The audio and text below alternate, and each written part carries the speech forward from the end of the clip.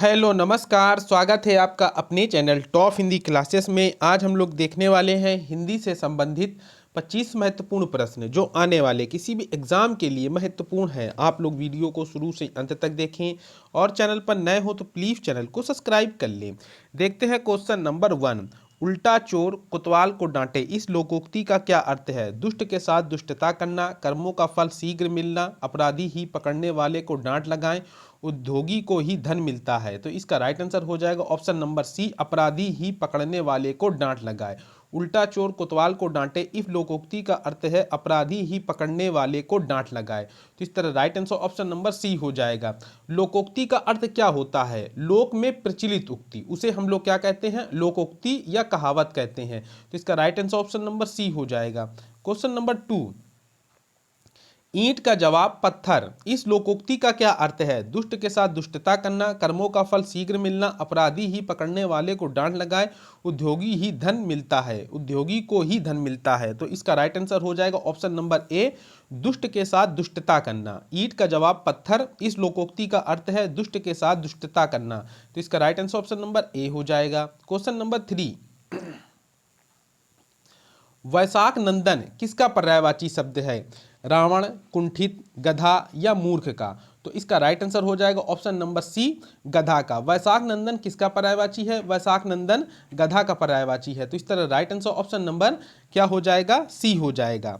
इसके अन्य पर्यायवाची कौन कौन से हैं? तो खर, गर्धब, रासब, धूसर, वेसर, चक्रीवान, ये सब किसके पर्यायवाची हैं? तो गधा के पर्यायवाची हैं। तो इसका right answer option number C हो जाएगा। क्वेश्चन नंबर 4, पिसुन किसका पर्यायवाची शब्द है? कौवा, कपड़ा, गधा या कमल का? तो इसका राइट आंसर हो जाएगा ऑप्शन नंबर ए, कौवा का पर्यायवाची है। पिसुन किसका पर्यायवाची शब्द है? तो पिसिन कौवा का पर्यायवाची है। तो इस तरह राइट आंसर ऑप्शन नंबर क्या हो जाएगा? इसका right answer option number A हो जाएगा। और इसके अन्य पर्यायवाची कौन कौन से हैं? तो काक, वायस, काग, करट, ये इसके अन्य पर्यायवाची हैं। तो इसका right answer option number A हो जाएगा। क्वेश्चन नंबर 5, लोचन किसका पर्यायवाची शब्द है? कौवा, कपड़ा, आंख या कमल का? तो इसका राइट आंसर हो जाएगा ऑप्शन नंबर सी, लोचन किसका पर्यायवाची है? तो आंख का पर्यायवाची है। ये आंख का पर्यायवाची शब्द है। इसके अन्य पर्यायवाची शब्द कौन कौन से हैं? इसके अन्य तो नयन, दृग, चक्षु, चेत्र, चक्षु, नेत्र, अच्छी, ये इसके अन्य पर्यायवाची शब्द हैं। तो इसका right answer option number C हो जाएगा। क्वेश्चन नंबर 6, कलम का सिपाही किसे कहा जाता है? हजारी प्रसाद, प्रेमचंद्र, जयशंकर प्रसाद या निराला राय को? तो इसका राइट आंसर हो जाएगा ऑप्शन नंबर बी, प्रेमचंद को। कलम का सिपाही किसे कहा जाता है? तो प्रेमचंद को कहा जाता है। और इनका पूरा नाम क्या था या असली नाम क्या था? तो धनपत राय था। क्या था? धनपत राय था। तो इसका right answer option number B हो जाएगा। क्वेश्चन नंबर 7, निराला की पहली रचना कौन सी थी? नए पत्ते, जूही की कली, सांद की कली या परिमल? तो इसका राइट आंसर हो जाएगा ऑप्शन नंबर बी, जूही की कली। निराला की पहली रचना कौन सी थी? तो जूही की कली थी। तो इस तरह right answer option number B हो जाएगा। क्या हो जाएगा? जूही की कली। क्वेश्चन नंबर 8, जब एक ही प्रकार की वस्तुओं अथवा व्यक्तियों का बोध हो उसे उसे कौन सी संज्ञा कहते हैं? व्यक्तिवाचक संज्ञा, जातिवाचक संज्ञा, भाववाचक संज्ञा, भाववाचक संज्ञा या समूहवाचक संज्ञा? तो इसका राइट आंसर हो जाएगा ऑप्शन नंबर बी, जातिवाचक संज्ञा कहते हैं। जब एक ही प्रकार की वस्तुओं अथवा व्यक्तियों का बोध हो उसे उसे कौन सी संज्ञा कहते हैं? तो जातिवाचक संज्ञा कहते हैं। तो इसका right answer option number B हो जाएगा। क्वेश्चन नंबर 9, जिस समास में पूर्व पद गौड़ तथा उत्तर पद प्रधान हो उसे कौन सा समास कहते हैं? द्वंद्व समास, बहुब्रीहि समास, द्विगु समास या तत्पुरुष समास? या तत्पुरुष समास, यहां पर तत्पुरुष समास कर लीजिए। तो इसका राइट आंसर हो जाएगा ऑप्शन नंबर डी, तत्पुरुष समास। जिस समास में पूर्व पद गौड़ तथा उत्तर पद प्रधान हो उसे हम लोग क्या कहते हैं? तो उसे हम लोग तत्पुरुष समास कहते हैं। तो इसका right answer option number D हो जाएगा। क्वेश्चन नंबर 10, उन्मूलन का विलोम शब्द क्या है? अवमूल्यन, विश्लेषण, रोपण या संश्लेषण? तो इसका राइट आंसर हो जाएगा ऑप्शन नंबर सी, रोपण। उन्मूलन का विलोम शब्द क्या है? तो उन्मूलन का विलोम शब्द रोपण हो जाएगा। तो इसका right answer option number C हो जाएगा। क्वेश्चन नंबर 11,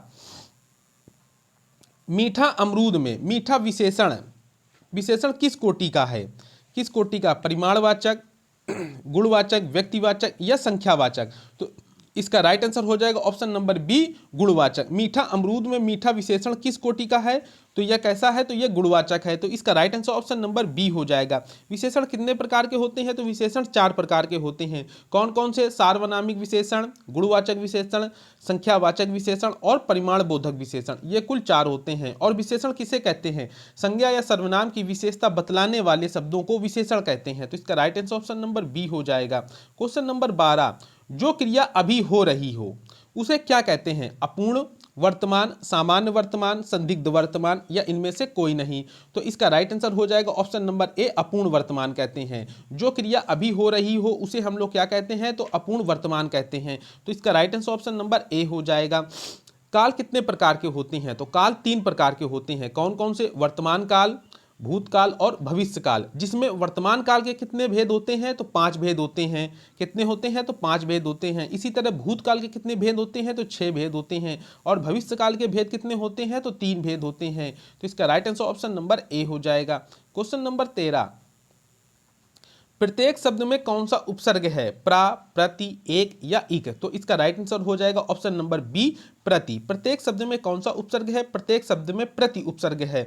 उपसर्ग कहाँ लगते हैं? तो शब्द के आदि में लगते हैं। और प्रत्यय कहाँ लगते हैं? तो शब्द के अंत में लगते हैं, मूल शब्द के। तो इसका right answer option number B हो जाएगा। क्वेश्चन नंबर 14, निम्नलिखित में से कौन संज्ञा का प्रकार नहीं है? व्यक्तिवाचक, जातिवाचक, देशवाचक या भाववाचक? तो इसका राइट आंसर हो जाएगा ऑप्शन नंबर सी, देशवाचक। देशवाचक कोई भी संज्ञा का प्रकार नहीं है। और व्यक्तिवाचक, जातिवाचक, भाववाचक ये सभी संज्ञा के प्रकार हैं। तो इसका right answer option number C हो जाएगा। मतलब संज्ञा कितने प्रकार की होती हैं? तो 5 प्रकार की होती हैं। कौन कौन सी? व्यक्तिवाचक, जातिवाचक, द्रववाचक संज्ञा, समूहवाचक संज्ञा और भाववाचक संज्ञा। ये कुल 5 होती हैं। तो इसका right answer option number C हो जाएगा। क्वेश्चन नंबर 15, पर्णकुटी में कौन सा समास है? पर्णकुटी में कौन सा समास है? तत्पुरुष समास, द्वंद्व समास, कर्मधारय समास या बहुब्रीहि समास? तो इसका राइट आंसर हो जाएगा ऑप्शन नंबर ए, तत्पुरुष समास है। पर्णकुटी में कौन सा समास है? पर्णकुटी में तत्पुरुष समास है। तो इसका राइट आंसर ऑप्शन नंबर क्या हो जाएगा? ए हो जाएगा। ए हो जाएगा। समास कितने प्रकार के होते हैं? तो समास 6 प्रकार के होते हैं। कौन कौन से? अव्ययी भाव समास, तत्पुरुष समास, कर्मधारय समास, द्विगु समास, द्वंद्व समास और बहुब्रीहि समास। ये कुल 6 होते हैं। तो इसका right answer option number A हो जाएगा। क्वेश्चन नंबर 16, निम्नलिखित शब्दों में शुद्ध शब्द कौन सा है? जिजीविषा की शुद्ध वर्तनी बताना है। तो इसका राइट आंसर हो जाएगा ऑप्शन नंबर बी, जिजीविषा। ये इसकी शुद्ध वर्तनी हो जाएगा। तो इसका right answer option number B हो जाएगा। क्वेश्चन नंबर 17, वह छोटी से छोटी ध्वनि जिसके टुकड़े नहीं हो सकते हैं उसे क्या कहते हैं? वर्ण, स्वर, व्यंजन या माला? तो इसका राइट आंसर हो जाएगा ऑप्शन नंबर ए, वर्ण। वह छोटी से छोटी ध्वनि जिसके टुकड़े नहीं हो सकते उसे हम लोग क्या कहते हैं? तो वर्ण कहते हैं। तो इसका right answer option number A हो जाएगा। क्वेश्चन नंबर 18, निम्नलिखित में से कौन सा शब्द फारसी भाषा का नहीं है? खामोश, कबूतर, चिराग या हक? तो इसका राइट आंसर हो जाएगा ऑप्शन नंबर डी, हक। हक फारसी भाषा शब्द का नहीं है। खामोश, कबूतर, चिराग ये सभी किसके शब्द हैं? तो फारसी भाषा के शब्द हैं। तो इसका right answer option number D हो जाएगा। फारसी भाषा के और कौन कौन से शब्द होते हैं?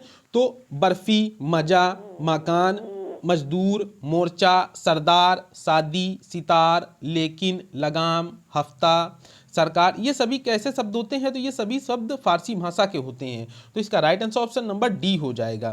क्वेश्चन नंबर 19, जहां उपमेय में अनेक उपमानों की संख्या होती है वहां कौन सा अलंकार होता है? यमक अलंकार, श्लेष अलंकार, भ्रांतिमान अलंकार या उपमा अलंकार? तो इसका राइट आंसर हो जाएगा ऑप्शन नंबर सी, वहां कौन सा अलंकार होता है? तो वहां पर भ्रांतिमान अलंकार होता है। तो इसका right answer option number C हो जाएगा। क्या हो जाएगा? भ्रांतिमान अलंकार।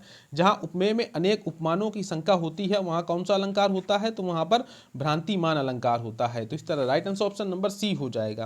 क्वेश्चन नंबर 20, विराट का विलोम शब्द क्या है? वृहद, व्रत, क्षुद्र या छोटापन? तो इसका राइट आंसर हो जाएगा ऑप्शन नंबर सी, क्षुद्र हो जाएगा। विराट का विलोम क्या हो जाएगा? विराट का विलोम क्षुद्र हो जाएगा। तो इस तरह right answer option number C हो जाएगा। क्वेश्चन नंबर 21, उस ग्रंथ में 500 पृष्ठ हैं, इस वाक्य में उस कौन सा विशेषण है? परिमाण बोधक विशेषण, संख्यावाचक विशेषण, गुणवाचक विशेषण या संकेत वाचक विशेषण। तो इसका राइट आंसर हो जाएगा ऑप्शन नंबर डी, संकेतवाचक विशेषण। उस ग्रंथ में 500 पृष्ठ हैं, इस वाक्य में उस कौन सा विशेषण है? संकेतवाचक विशेषण है, मतलब उस ग्रंथ में, कौन से ग्रंथ में, कौन से ग्रंथ में। तो इसका right answer option number C D हो जाएगा, संकेतवाचक। क्वेश्चन नंबर 22, निम्नलिखित में से कौन सा संयुक्त स्वर नहीं है? ए, उ और ओ। तो इसका राइट आंसर हो जाएगा ऑप्शन नंबर सी, उ यहां पर संयुक्त स्वर नहीं है, तो इसका right answer option number C हो जाएगा। संयुक्त स्वर कितने होते हैं? तो 4 होते हैं। क्वेश्चन नंबर 23, निम्नलिखित में से कौन सा भाववाचक संज्ञा है? भारत, लड़का, मित्रता या पेड़। तो इसका राइट आंसर हो जाएगा ऑप्शन नंबर सी, मित्रता। मित्रता यहां पर कैसी संज्ञा है? तो यह यहां पर भाववाचक संज्ञा है, तो इसका right answer option number C हो जाएगा। Question number 24,